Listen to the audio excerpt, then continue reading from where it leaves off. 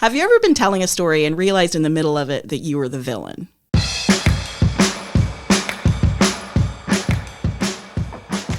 Hello and welcome back to We Can't Print This. Oh, hi, friends. Hi. What are we? We're a podcast telling you the story you don't know behind the story you do know. And today, more than ever, we're doing that. Bum, bum, bum. More of that in a moment. For the record, I'm still Fiona McCann. And for the record, my name is Eden Dawn. And please don't let me introduce myself and then you just call me Dawn. It annoys me. That's true. And nor should you do that in an email. But that's a whole separate It's primarily the email that annoys me. So if you are familiar with this podcast, thank you for listening to our last two seasons. And thank you for bearing with us over this short break. More of that anon too.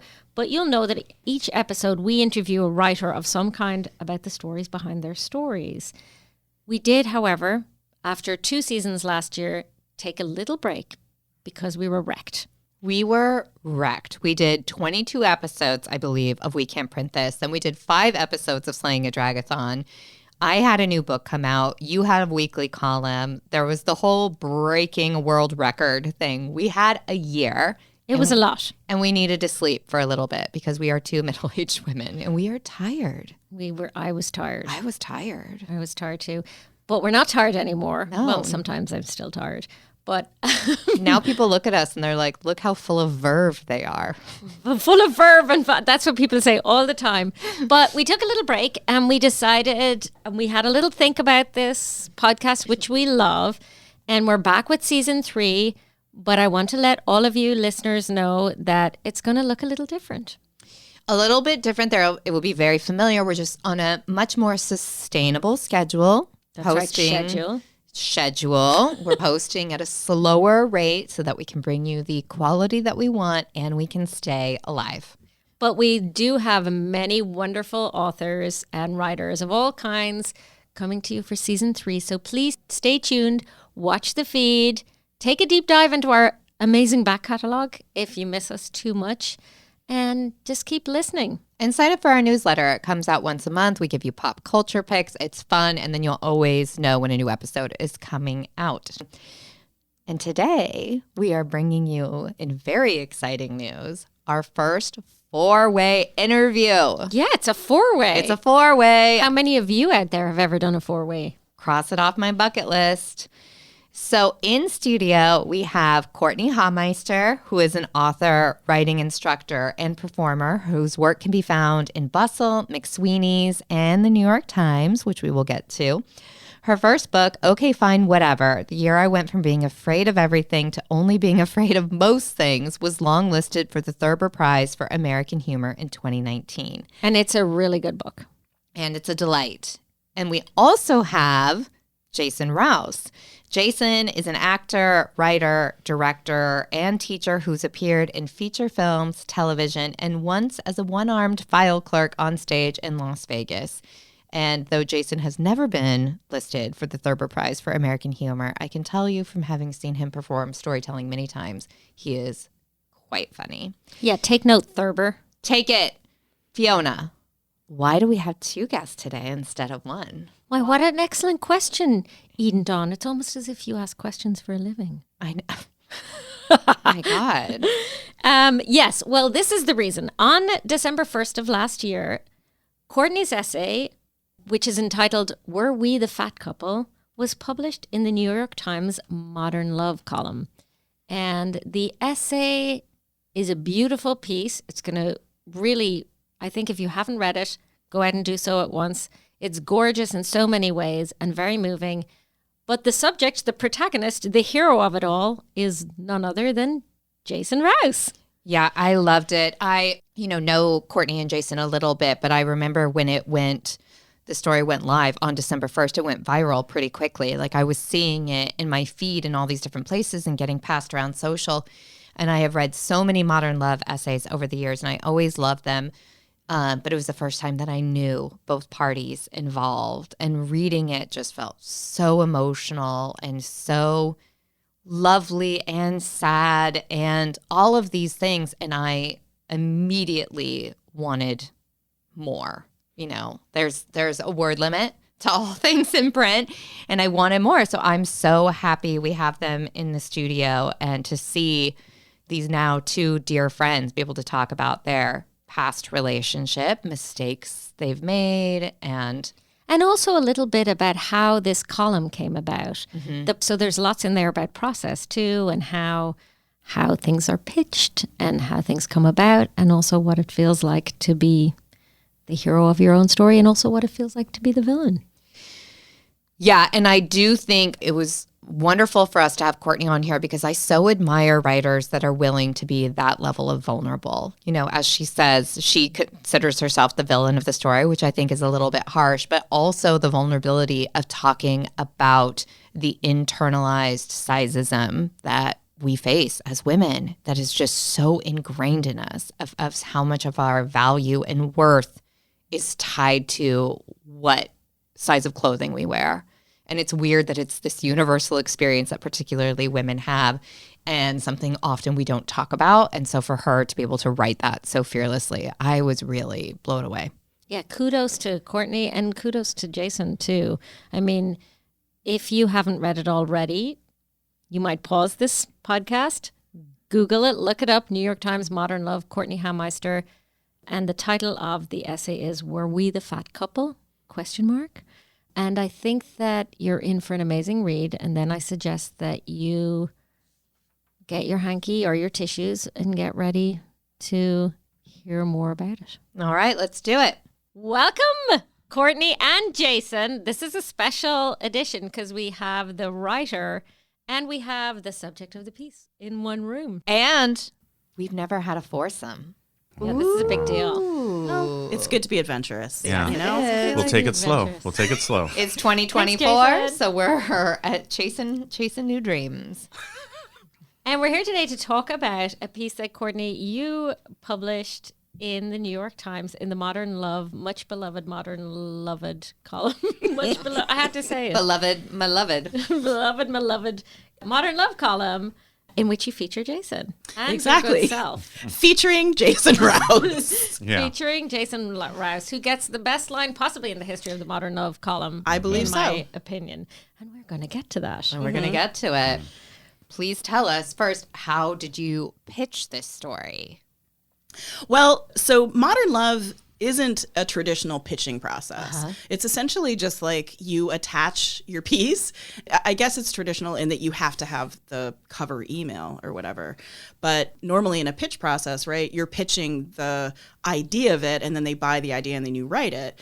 And with Modern Love, you submit the written piece. And apparently last year, 12,000 people submitted to Modern Love, which is why what they tell you is that they will get to you. They will give you a yes or a no always. They don't just ignore people. So they will give you a yes or a no, and it will come within 4 months. I submitted in September of 2022. And in November of 2023, I received an email from Dan Jones, the editor, saying, hey, I really love your piece. I'd love to talk about it. Sorry, it's taken me a little while to get to 14 this. months later. So 14 months later, I'd completely given up. And you're also not supposed to check in. Like, they tell you not to check in, which I did not listen to. I checked in maybe 6 months after the fact, didn't hear back. So I'd given up. And for people who are interested in getting into Modern Love, there is a special little hint in that. So he has a second editor, and she goes through all of the emails. Dan also loves to just scroll through and read subject lines. And if a subject line grabs him, he thinks, that's a good writer. So the key is make your subject line interesting. That's good advice. Right. And then the idea is to really, it's not just about writing a good piece, it's about writing a good letter that if they never read the piece, there's writing in your email that is interesting to them. So, God, I'm already sweating. I mean, I know. so I just started it off. I started my email off where I said, Dear Dan, and I think I'm getting her name wrong. It's either Mia or Maya. I think it might be Mia. Dear Dan and Mia, have you ever been telling a story and realized in the middle of it that you were the villain? That was the first sentence of my email. Good. Damn, she's good. And but I also said, like, I didn't need to get to the middle of the story to know I was the villain. Yeah. I see what you did there. That's good. Right. You already skipped past your subject line. What was your subject line? I think that the original title of my piece was Saint Jason the Forgiving. And wow. I think Jason that looks very chuffed by that. exactly.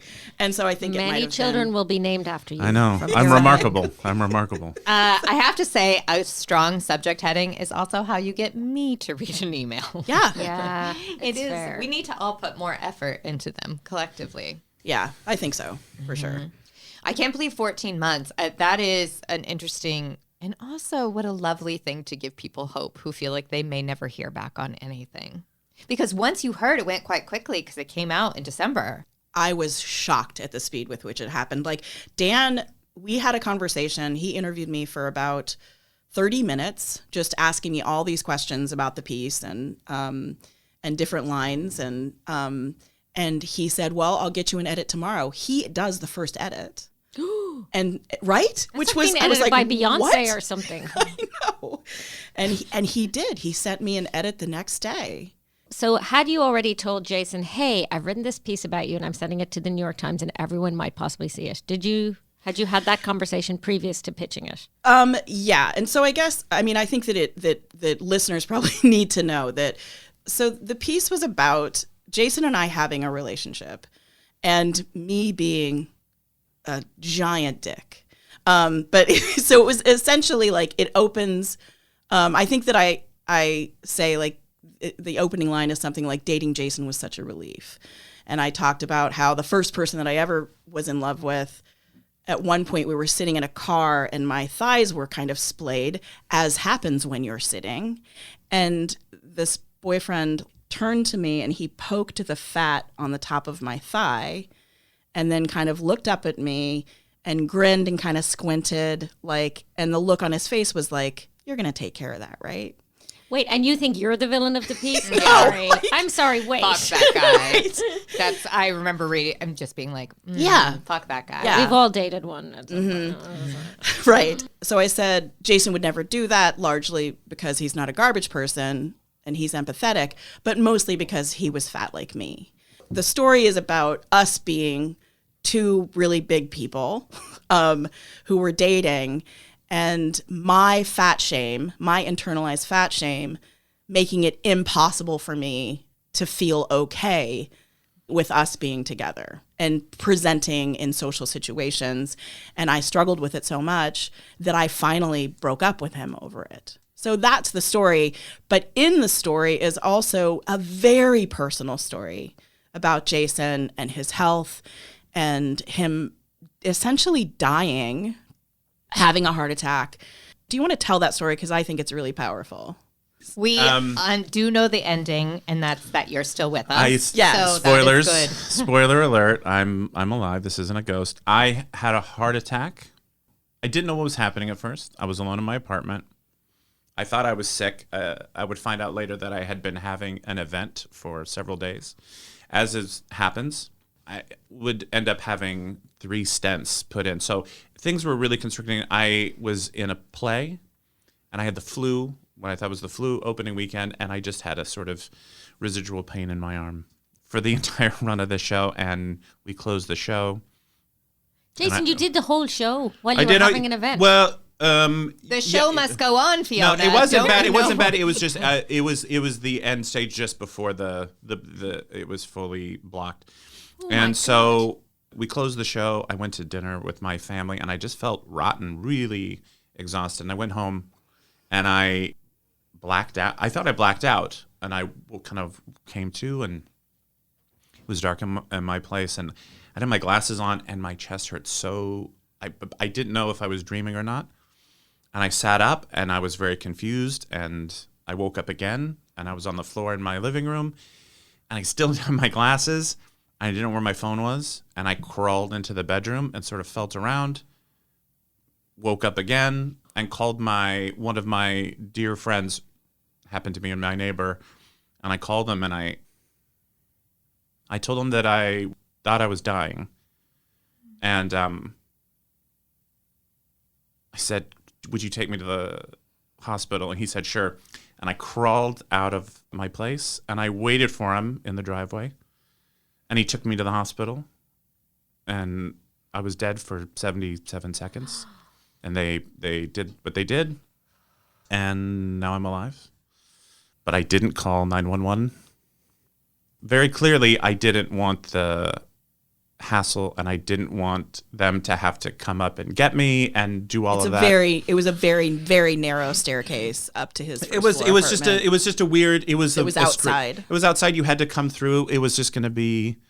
I just thought it was going to be. I very clearly thought this in the middle of the worst pain I've ever felt, and I knew what was happening at that point. I knew, but I was also very relaxed. And when I got in the car, I was as calm and I wasn't scared anymore.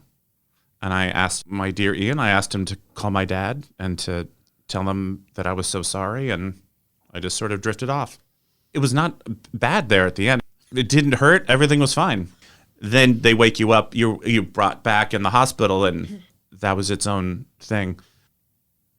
So yeah. Right. And then, yeah. So that was, I would come later to find that wasn't healthy thinking on my part.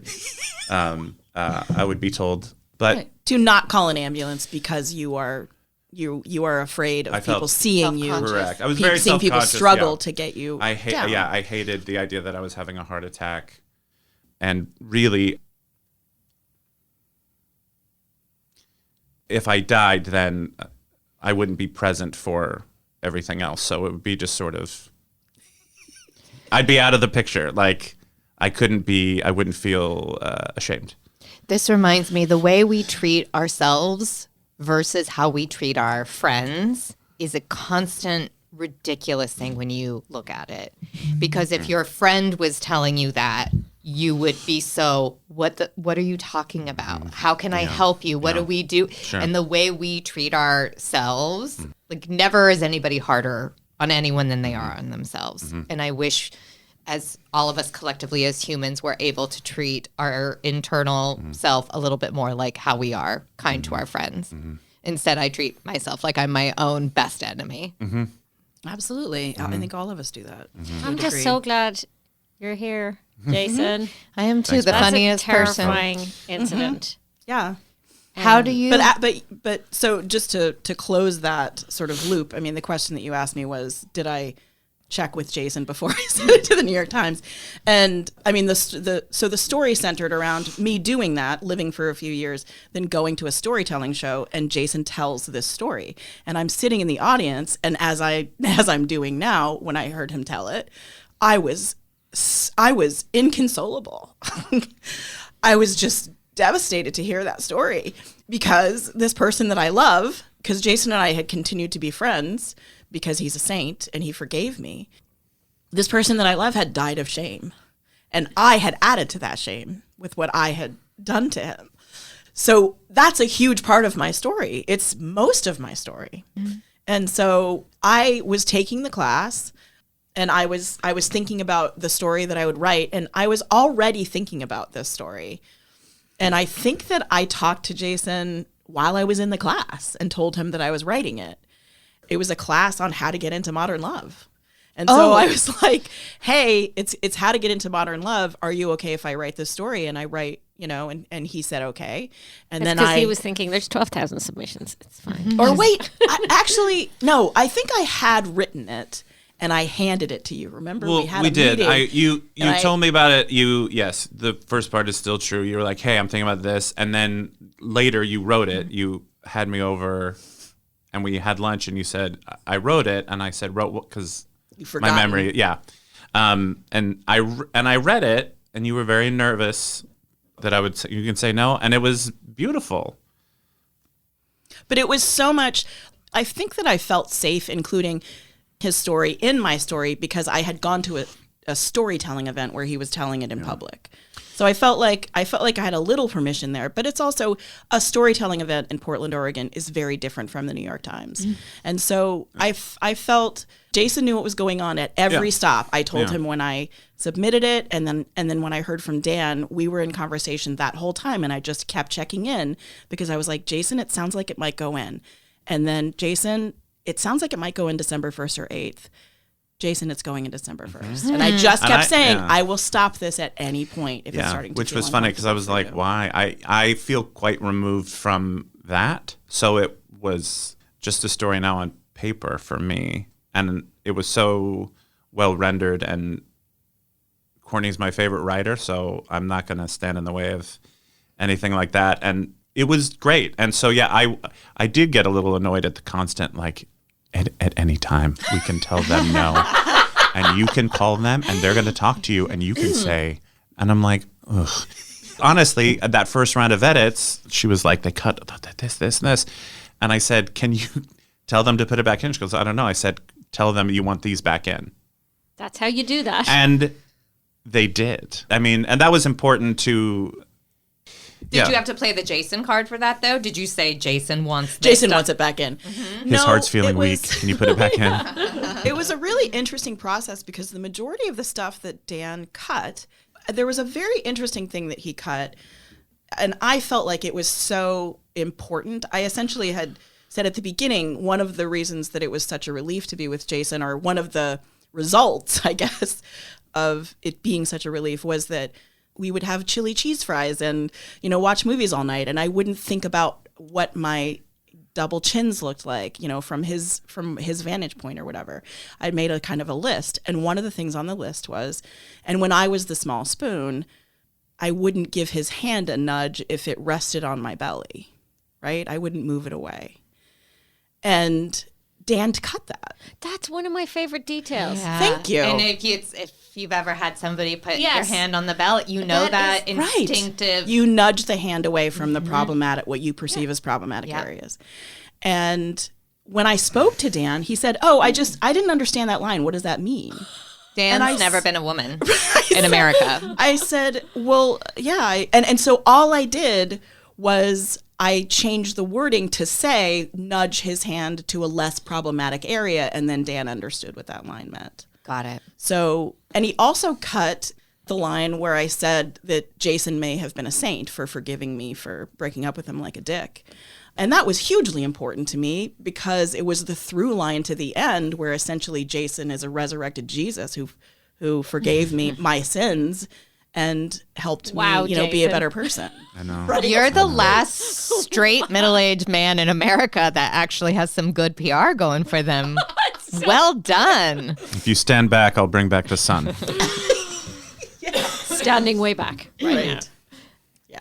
Oh, it's so interesting because I did wonder, and both myself and Eden have both played editor at some point as well and been edited a lot. And it's always interesting to find out what an editor cuts and what the lens that they bring to a piece. And sometimes it's super helpful and sometimes it's like, I just didn't get that. Exactly. I was going to bring up that detail about the spooning position because it really rang so true for me.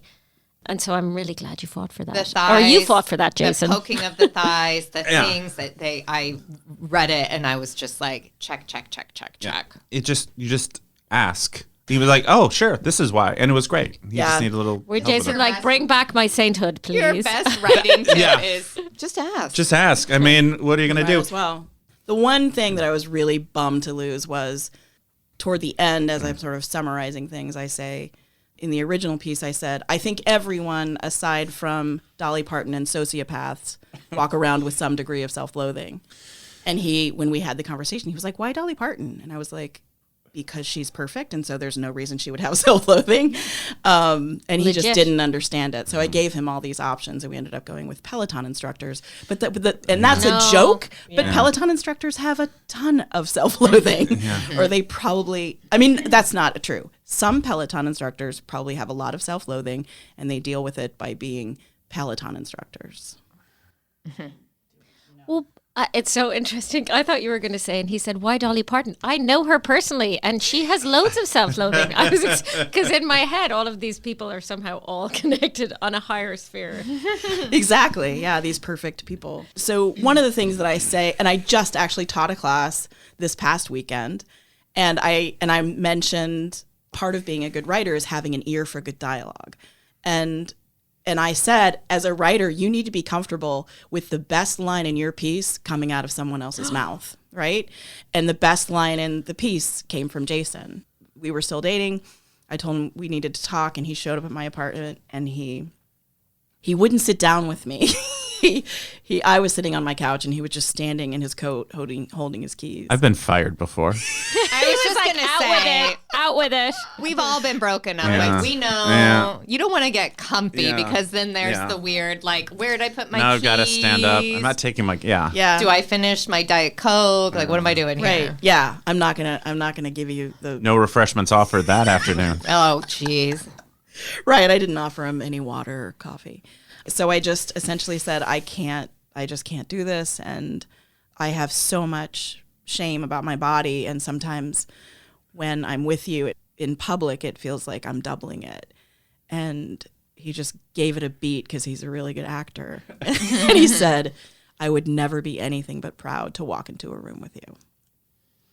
I think that what's amazing about that line is that it wasn't fuck you, but it was so perfectly no, but that's the thing. It was so perfectly like beautiful, and at the same time that it was saying fuck you, it was also saying I love you and you're worthy. Like it was an exceptionally good line. It was your best work, Jason. I do feel Yeah. like there are words sometimes where I'm like, oh, that's what they mean when they say bittersweet. Like it's a line that feels so sweet, but your heart hurts at the same time. It's, it's like saying goodbye to somebody you really want to be around, or seeing a photo of somebody that's passed where you're like, I feel so happy and so hurt all at once and overwhelmed. And that was that line that made me feel that, like, oh, I feel a lot of feelings at once. Yeah. Well, and I don't want to like take a step back from this sort of emotional content here, but also what I loved about your piece is how it was structured to lead to that line and then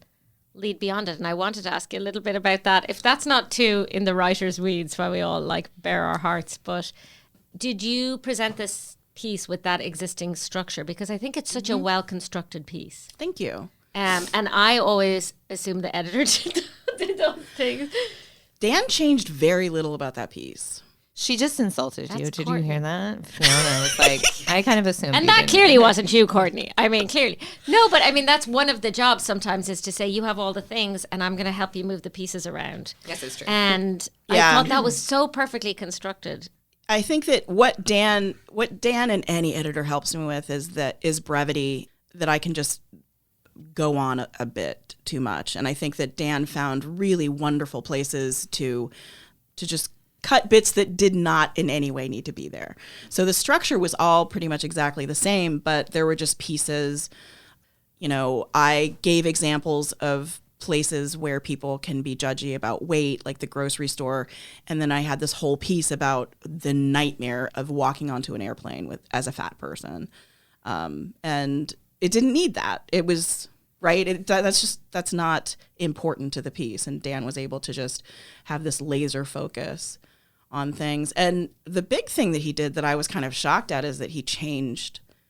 He just kind of rewrote the last lines. And I was like, that was one thing where I was like, last lines are just, as a writer, it's such a hugely important part of the piece. It's And everything in a way. yeah. But Did you rewrite them back then? It's interesting. I think he changed it, and then I essentially wrote something that was a hybrid of his line and my line. The third way, as we call it. There's your way, their way, and then you come together for the third way. Right. Yeah. Which is often lovely. The third way is a very good place to get to. Mm-hmm. Yeah. And so then it came out, and I know you were inundated partly by me with compliments about that piece, but also by a lot of other people. Jason, did the same happen to you? Were people like, I read you in the New York Times? No, I mean, It was a different situation. It was a People different- were contacting you for a different reason, which I think you should talk about. I don't. Yeah, it wasn't.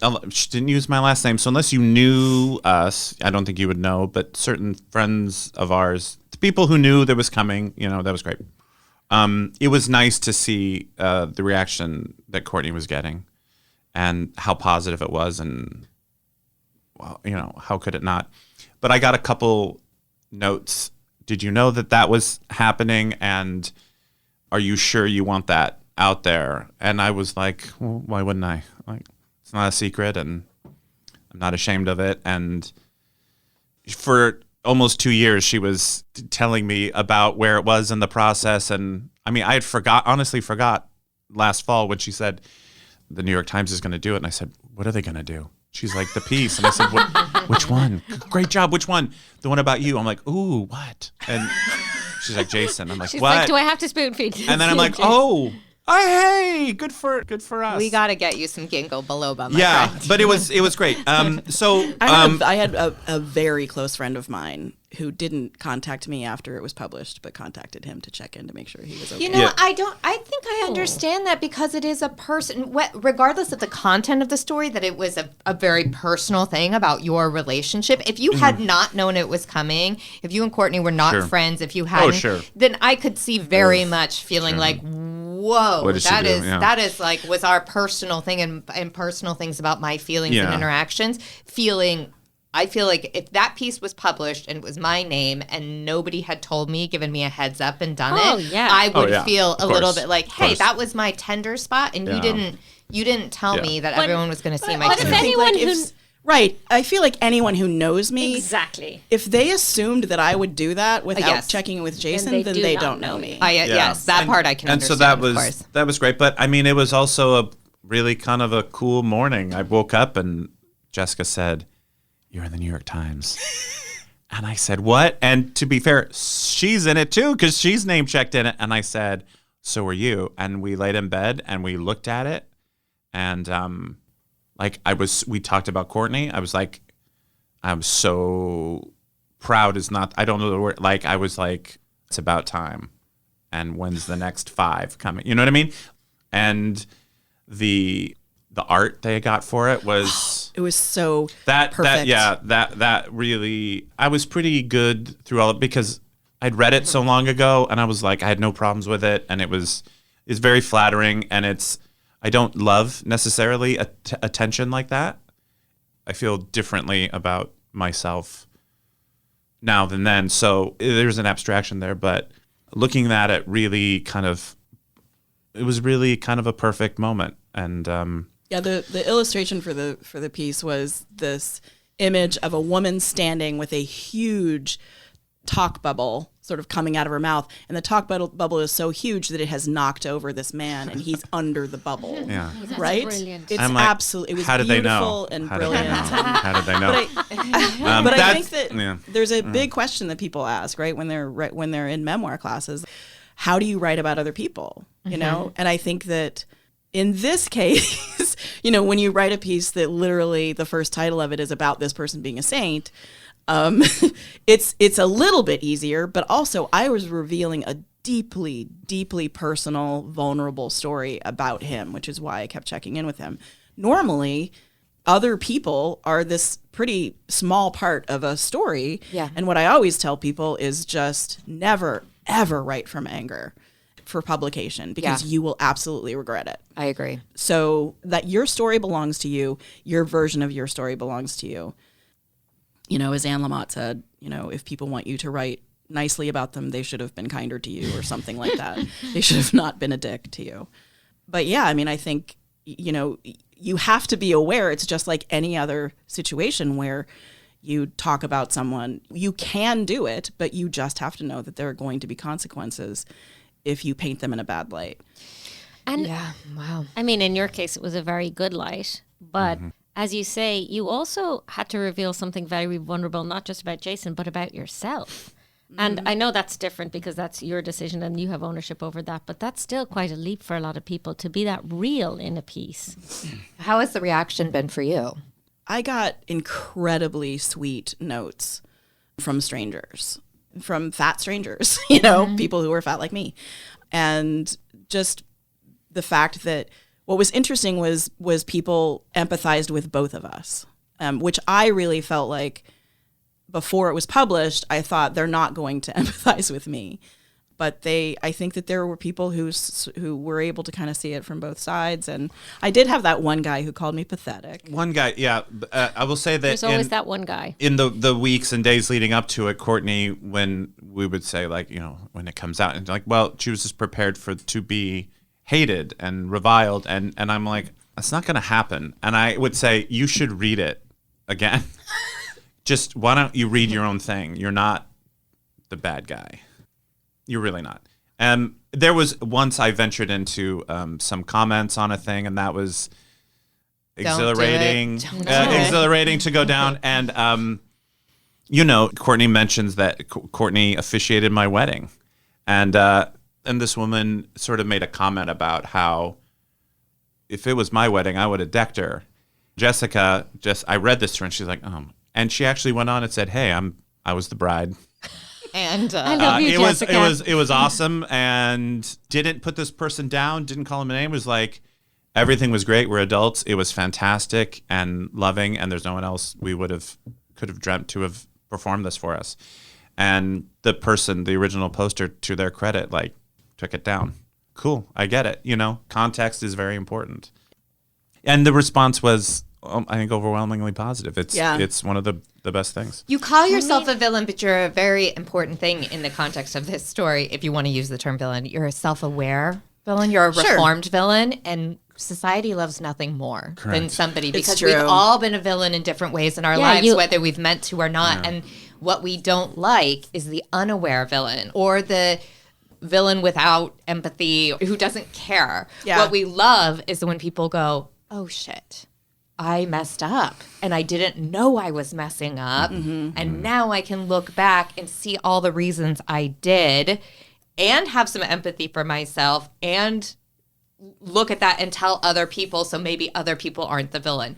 That's a bit that I feel like we collectively as humans go, oh yeah, we like that, because we've all done it. We all hurt people we love. I mean, that's what we do. Absolutely. And so much of it has to do with I call it emotional shrapnel. Like, we have our own pain and frustration, and we believe that it doesn't hurt anyone else. But there's emotional shrapnel from our own self-hatred, right?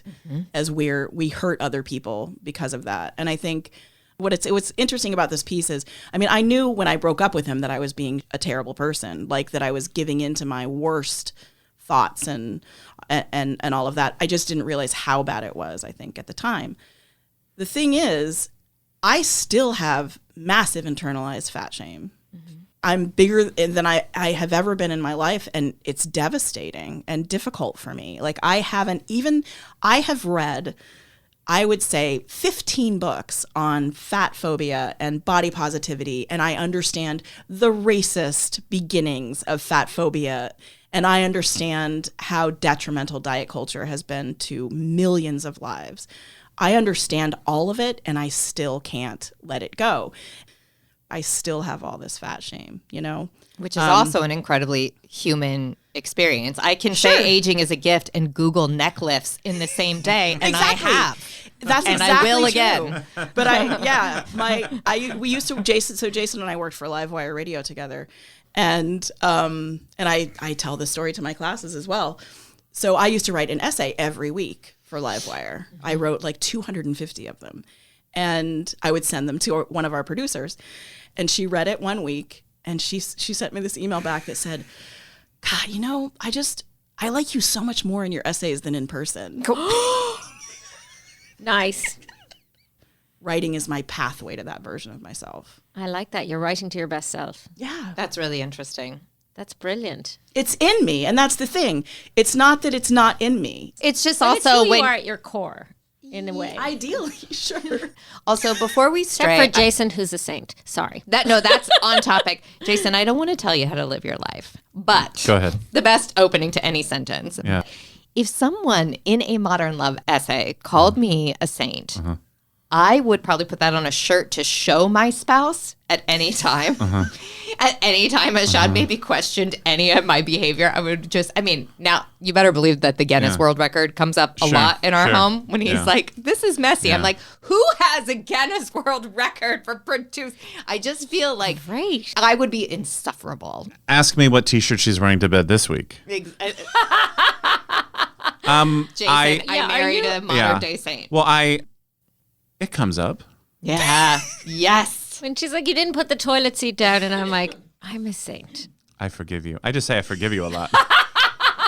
That's amazing. Honey, and I'm like, I forgive you. I didn't even, and you never will.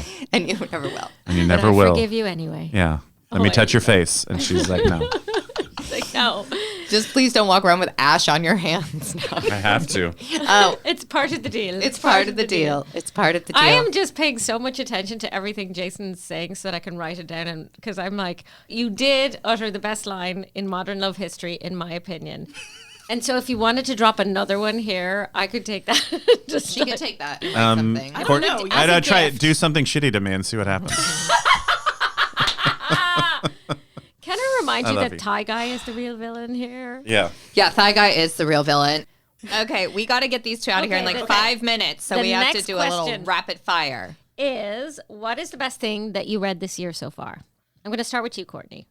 I am. Well, we're not that far into the year, but I would That's say why it's an In the easy last- question. right. It's or an the easy last question. 12 months. So that means that I have to have read something. I have been reading Claire Dieter's Monsters, and it is exceptional. It is amazing, but it's essentially about our ability and inability to separate the artist from the art when they are a monster. So she talks about Woody Allen. She R. talks Kelly. about Roman Picasso. The chapter that she's on right now, which is really fascinating, is pretty much the only chapter about women, and virtually all of them abandoned their children, and that's why they're monsters.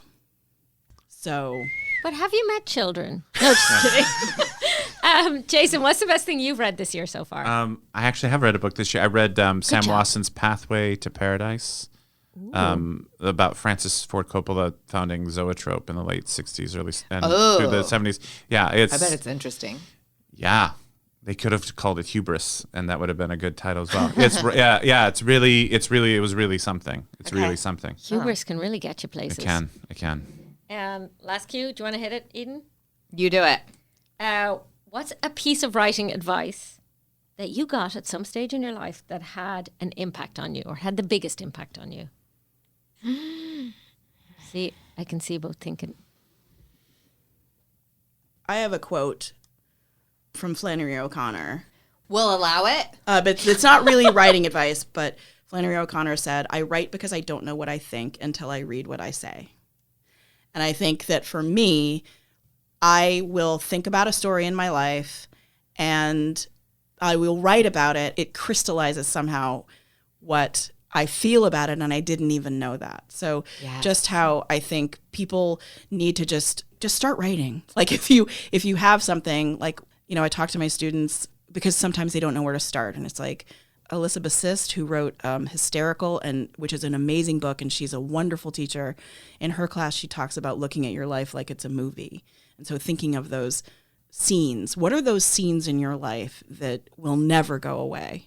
And so just write down what are all those scenes, pick one of them, and start writing through it. And you will discover how you feel about it. You will discover what that scene means in your life. And I mean, the best thing about memoir, right, is that what it means in everyone's life, that it somehow illustrates a universal truth. So, I love that. Good job, Flannery. right? Good What about job, yourself, Flannery. Jason? Mine's not from Flannery O'Connor. I mean, one is whenever I read anything, I take my favorite thing in it and I take it out first thing. So I'm a little more objective because I used to not be at all. So if it was a joke or something, I usually am trying to bend everything around that.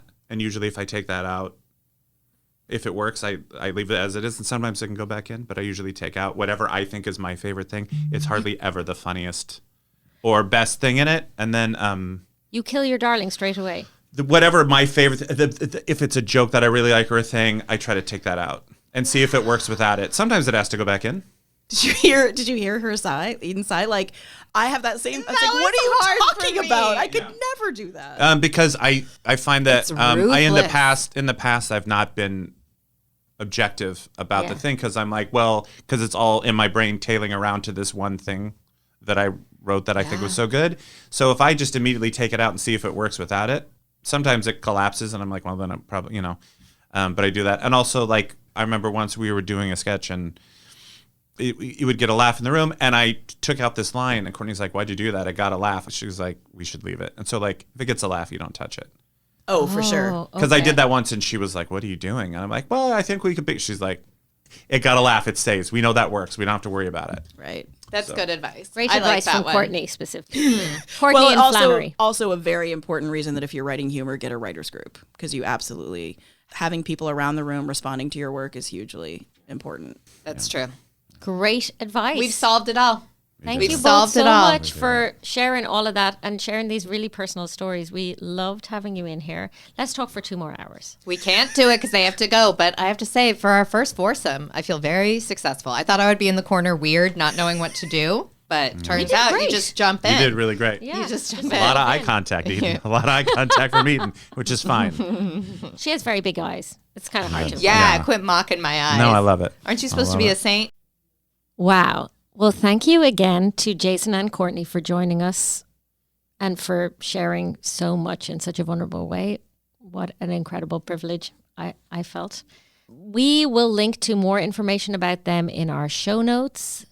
And that is it from We Can't Print This debut season 3 for today. Please do sign up for our newsletter at wecan'tprintthis.com, where you'll get culture picks and lots of other fun delivered to your inbox every month. Thank you to our producer, Miranda Schaefer, and to Dave Depper for our intro music. This podcast was recorded at the Writer's Block in downtown Portland, Oregon. And a big thank you to our third office mate, Rachel Ritchie, for the way she goes, "Oh boy," every single time I hiccup, which for the record, I have had a case of hiccups for like going on 9 years. I just hiccup This is true. multiple times a day, every day. And every time she goes, "Oh boy." They're very dramatic hiccups. But Rachel, yeah. Oh boy, it's a classic Rachel phrase. So, and also if you are a writer with a great behind the story, please do write to us at wecan'tprintthis@gmail.com. We'd love to hear from you and we'd love to have you on. Kisses.